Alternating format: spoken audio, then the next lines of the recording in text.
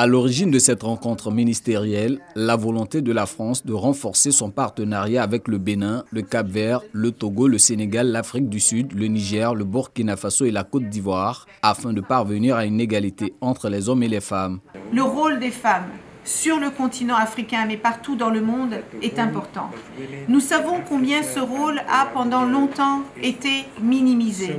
Et nous savons que nous ne parviendrons pas à avoir un monde équilibré et un monde juste si nous continuons de laisser sur le bas-côté 52% de la population mondiale. Avec ses homologues, Elisabeth Moreno a donc examiné la condition et la place de la femme au sein des pays invités à cette rencontre. Occasion est donnée à chaque ministre d'exposer sur les politiques et programmes entrepris dans son pays pour favoriser l'autonomisation économique et financière des femmes. Pour ce qui est de la Côte d'Ivoire, la ministre Nassene Batouré a fait cas des initiatives nationales. Nous avons un fonds qui a été mis en place, le Fonds des femmes de Côte d'Ivoire, le FAFSI, au jour d'aujourd'hui, qui a pu rendre 260 000 femmes autonomes.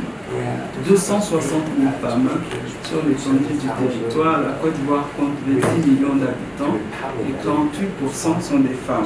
Autre mécanisme d'autonomisation qui connaît un franc succès en Côte d'Ivoire, le FAFSI, Fonds d'appui aux femmes de Côte d'Ivoire, un dispositif de microcrédit alloué à plus de 260 000 femmes bénéficiaires sur l'étendue du territoire national. Si le pays semble être sur une bonne lancée, les violences basées sur le genre VBG se posent en obstacle. À ce jour, nous avons installé sur l'ensemble du territoire national 79 plateformes de lutte contre les VBG. Et nous avons 42 bureaux d'accueil genre dans les commissariats et les brigades. Elisabeth Moreno annonce poursuivre ses échanges avec les États africains sur la situation de la gente féminine, ce dans le cadre de la présidence française de l'Union européenne qui débutera le 1er janvier prochain.